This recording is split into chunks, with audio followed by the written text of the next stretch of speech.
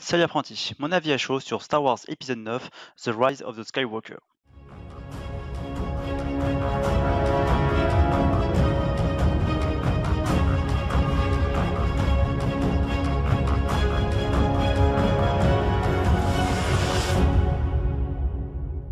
Je fais une petite vidéo assez rapide sur The Rise of the Skywalker, donc le dernier Star Wars qui est sorti au cinéma. Je te rassure, cette vidéo est garantie 100% sans spoilers. Alors tu peux le regarder de A à Z sans aucun problème, il n'y aura pas de spoilers. Effectivement, c'est plus tellement à chaud, on dirait que c'est presque tiède maintenant. C'est parce qu'en fait je l'ai vu donc, le mercredi 18 décembre, donc la sortie, le jour même de la sortie en France. J'ai pas eu le temps de tourner cette vidéo avant. J'ai pas regardé du coup les autres avis qu'il pouvait y avoir sur internet, je regarderai après cette vidéo là. Bien sûr, je referai une vidéo, j'essaierai de la sortir en janvier, peut-être en février, sur vraiment une critique analyse beaucoup plus long, avec du coup là forcément des spoilers en veux-tu en voilà. Cette autre vidéo que je ferai sur The Rise of Skywalker, parce qu'il y a quand même beaucoup de choses à dire dessus. Alors je vais déjà commencer par ce que j'ai bien aimé dans le film. Au niveau de l'esthétisme, ça reste toujours vraiment sympa. On a en général des bons effets spéciaux. La plupart des effets spéciaux sont plutôt bien faits. Je trouve que l'ambiance au niveau de l'esthétisme du film, à chaque fois, correspond bien au lieu. Donc ça va. Vraiment, j'ai bien aimé ce côté-là. Au niveau des musiques du film, pareil, il y a quelques nouvelles musiques. Il y a aussi pas mal de musiques des anciens films. Du coup, c'est vraiment appréciable, des musiques qui sont sur tout le long de cette saga des Skywalker. Ça, c'est vraiment appréciable. Ça fait toujours un peu vibrer d'entendre ces musiques-là. Et en plus, elles sont bien choisies au bon moment. Donc ça, c'est plutôt très bon signe. Également, on a une réponse à pas mal de choses, de points. En fait, il y a pas mal de révélations. Donc ça, c'est plutôt sympa. En général, les combats sont plutôt bien menés.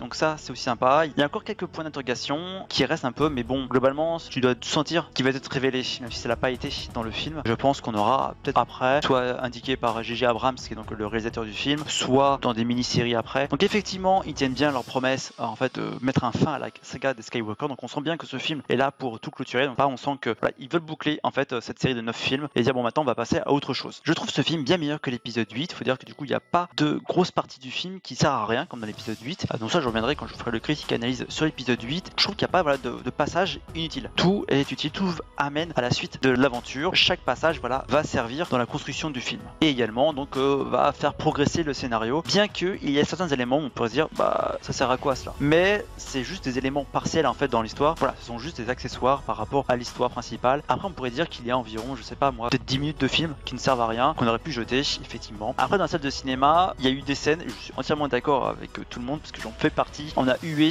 en fait certaines scènes qui étaient vraiment pas terribles. Donc là je vais vraiment commencer les éléments qui ne vont pas. Alors qu'est-ce qui ne va pas? Les révélations, beaucoup arrivent un peu comme un cheveu sur la soupe, et ça je trouve ça dommage. Faut vraiment t'attendre à cela, à des révélations qui me disent bah voilà, c'est comme ça, merci, au revoir. C'est un peu, je trouve, du même niveau que si lors de l'épisode 4, donc le nouvel espoir, on voit le jeune Luke qui ne connaît encore rien sur la force, il a pas encore rencontré Obi-Wan Kenobi, on le voit qui est en train de se promener dans une ville de Tatooine, et là il y a un mec qui débarque de nulle part, c'est même pas Obi-Wan Kenobi, voilà, on sait même pas qui c'est un personnage lambda comme ça, qui débarque, qui dit à Luke bon toi tu es sensible à la force, tu dois aller sur Dagobah, il y a Maître Yoda là-bas, il va t'entraîner, voici un sabre laser, merci, au revoir. Et bah du coup Luke fait ah ouais ok très bien, je vais y aller. Et donc du coup il passe sur Dagobah, il rencontre Yoda, il se fait entraîner, puis voilà. Donc en gros voilà, tu zappes tout ce qui s'est passé et on arrive directement au retour du Jedi. Et ça tu dis bah en fait ça se suit, en fait c'est la continuité, ça se passe en 10 minutes de film, bah ça aurait été complètement nul.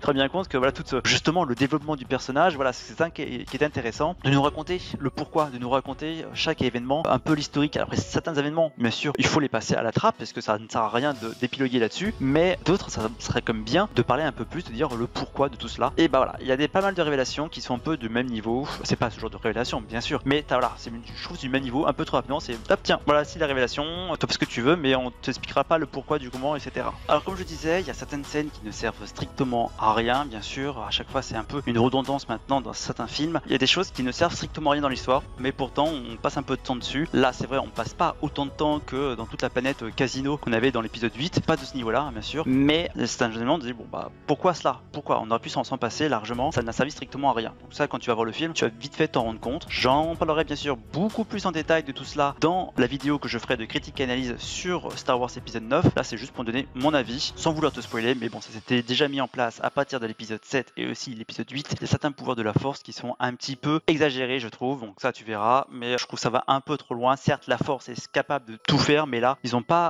assez d'expérience en fait pour avoir ce niveau-là. Surtout ce sont des pouvoirs qu'on n'a jamais vu jusqu'à présent. Alors par contre, il y a un certain pouvoir qui est utilisé, que jusqu'à présent on n'a jamais vu, mais effectivement, c'est vraiment très sympa de le voir, d'être utilisé, donc je ne dirais pas lequel, tu vas vite fait t'en rendre compte. Ce pouvoir donc existe dans l'univers de légende jusqu'à présent, et donc là, on l'a bien dans l'univers canon. Dans ce film, encore plus, on retrouve la patte détestable de Kathleen Kennedy. Il faut vraiment que Disney la change. Elle porte vraiment du mal à Star Wars. Il faut vraiment qu'ils mettent quelqu'un qui est fan de la licence et qui vraiment veut la porter et qui met de côté ses idées personnelles. Globalement, je suis assez déçu du film. Faut dire que j'étais assez hypé par le film. Je pensais vraiment que ça allait sortir un peu du lot par rapport à cette nouvelle trilogie. Je pensais vraiment qu'il allait y avoir quelque chose avec ce film, quelque chose qui allait redonner la flamme à tous les fans. Et bah, je pense qu'en fait, c'est pas le cas. Je pense actuellement, ce qui redonne la flamme à tous les fans, c'est The Mandalorian et ce n'est pas The Rise of Skywalker qui là continue un peu dans cette trilogie vraiment mauvaise, je trouve, comparée à la trilogie initiale ou même au préquel, qui est meilleur que ces 3 films qu'on a eu dernièrement. Ce qui est vraiment étonnant parce qu'ils ont acheté vraiment cher cette licence pour en fait finalement pas s'en servir correctement. Ils auraient pu essayer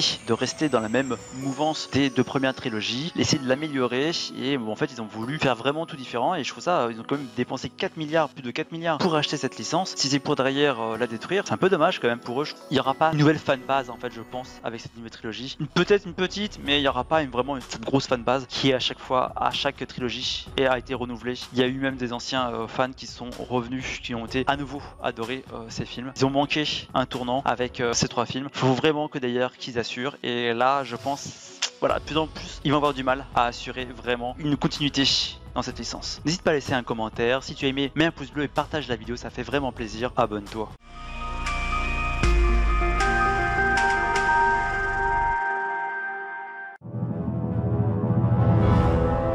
Bienvenue à la partie bonus. Je te laisse avec quelques extraits filmés par d'autres personnes, en fait du show qui a eu lieu lors de cette deuxième séance, donc au cinéma de Cholet, que j'ai effectué avec l'Académie Choltaise de Sabre Laser. Bon visionnage. Qui nous intéresse aujourd'hui, l'ascension de Skywalker. Ce film, il était plutôt attendu par les fans puisque c'est à la fois la fin d'une trilogie et puis la fin de la saga tout entière aussi. Et nous aussi, nous allons boucler la boucle à notre façon avec l'Académie Choltaise de Sabre Laser. Et les revoici juste avant d'aller voir l'épisode 9. Alors, quelles sont les attentes pour ces fans incontestables de Star Wars ? J'étais assez déçu du 8, mais c'est vrai, j'attends beaucoup du 9. Il y a beaucoup de promesses. J'espère que ça sera vraiment un apothéose et pas une déception un peu comme le 8. L'idée donc c'est de clore un peu tout ça, on s'attend à revoir des personnages qu'on connaît, à finir un petit peu tout ça, j'allais dire. Oui, c'est leur promesse en fait, c'est que la saga de Skywalker se finisse.